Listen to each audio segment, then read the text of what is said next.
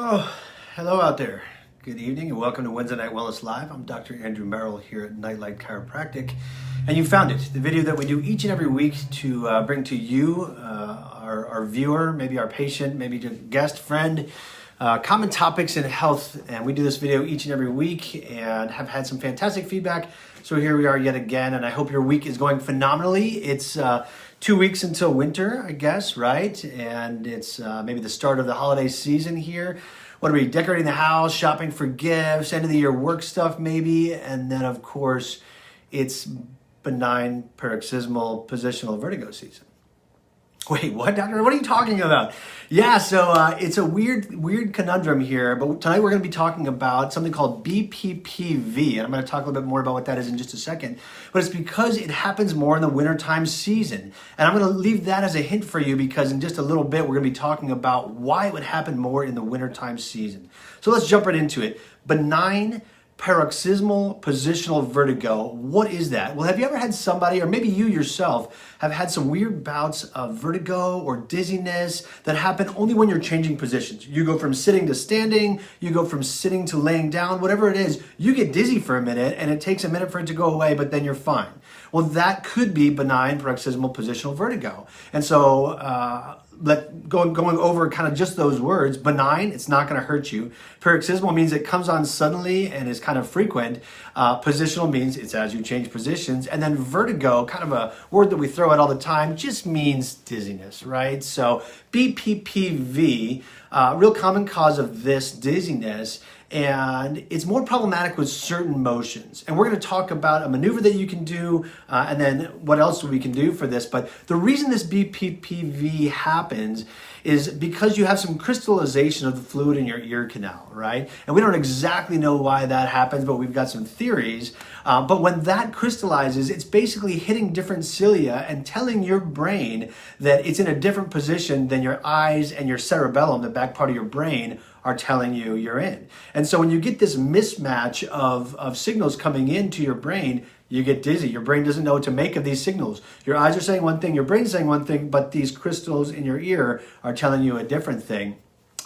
So there's a lot of these different maneuvers available. In fact, if you scour YouTube, you can find a whole host of different people showing you these, and they vary somewhat. And the reason that they vary is those canals in your ears are shaped a little bit differently depending on who you are, and the crystals can get lodged in different places. So it's important that you maybe try a few of these different maneuvers before you move on to something else.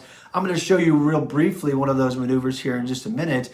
But according to the Mayo Clinic, they provide release in up to 80% of patients with this BPPV. So this is really where you want to start if you end up having this, or if you think that you might have this, before you go running to the emergency room, maybe before you go, trying to find your primary care doctor. I would highly recommend that you try one of these maneuvers to flush out those crystals in your ear. So without further ado, let me show you kind of what we're talking about here. So you need a bed to do this or some other stable surface. You want to make sure that somebody else is around, because if you get dizzy and fall down, that's obviously not a good thing. But really, really easy to do these yourself, okay? So what you're going to do, you're going to start by sitting on the edge of your bed. You want to turn your face to the side that's affected as far as possible. So for me, we're going to pretend that that's the right side here for a second. So I'm going to go all the way to the right side for 30 seconds.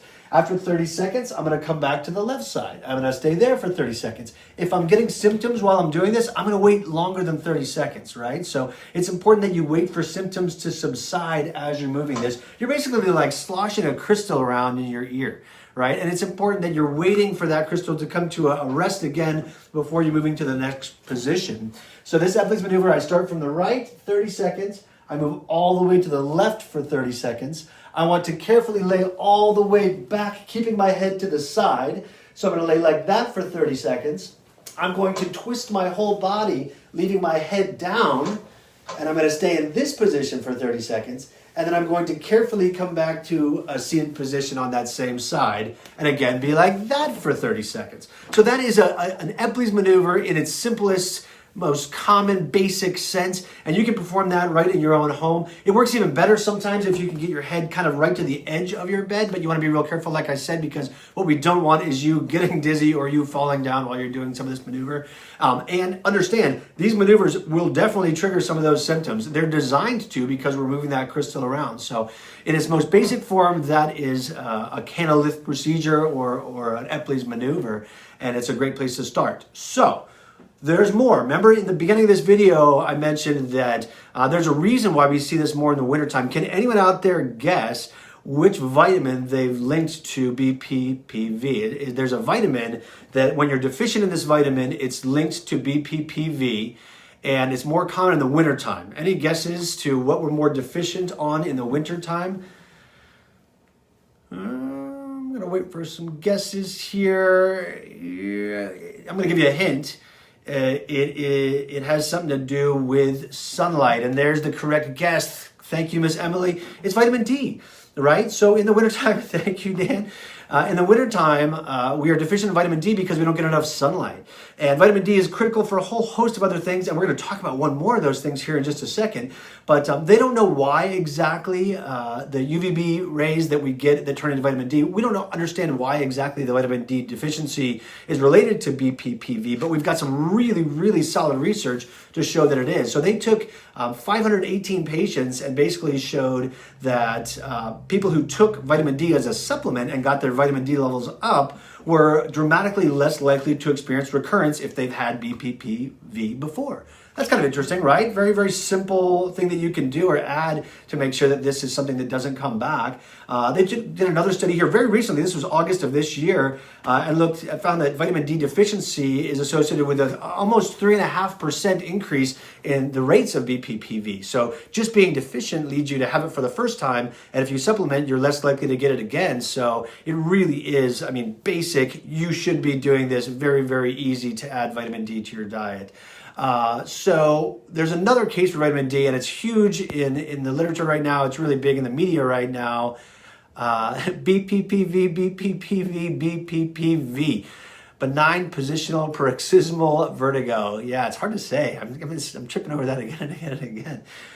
So making a more solid case for vitamin D, and like I said, this is all over the media right now, is they're starting to make some stronger links with vitamin D and vitamin D deficiency and COVID-19, right? So if there was another reason why this wintertime you should be supplementing with vitamin D, that's what it is. What they found was more than 80% of 200 patients hospitalized with COVID-19 had vitamin D deficiency, right? So they were low in vitamin D, more than 80% of them.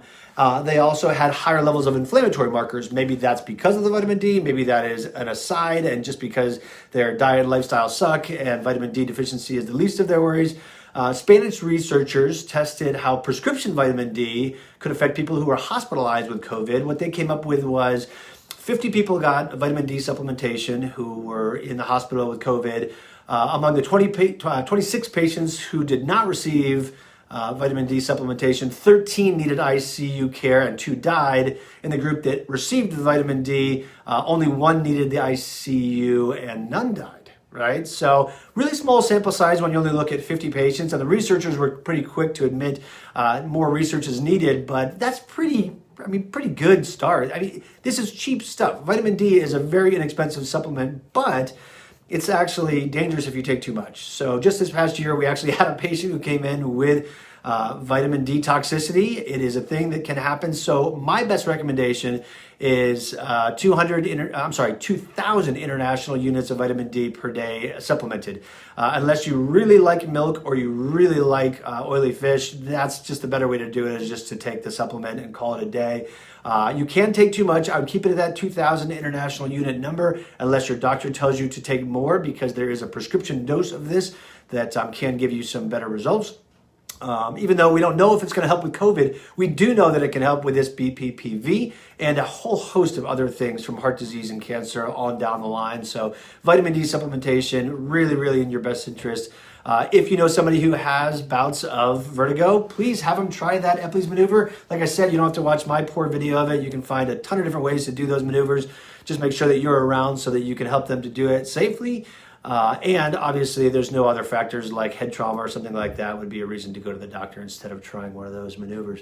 Anyways, that's all I have for this week. If you ever have any ideas for videos for me, please don't hesitate to reach out to me. I'm here. You can find me at Dr. Merrill at nightlightchiropractic.com. You can go onto our website, nightlightchiropracticonline.com. Sign up for our newsletters. You'll get all kinds of great information like this that'll come right to your email inbox every single week. Again, I hope you're in the middle of a fantastic week. Don't stress out over the holidays. It's going to be just fine, but I'm going to see you next Wednesday for another Wednesday Night Wellness Live. In the meantime, be healthy and good night.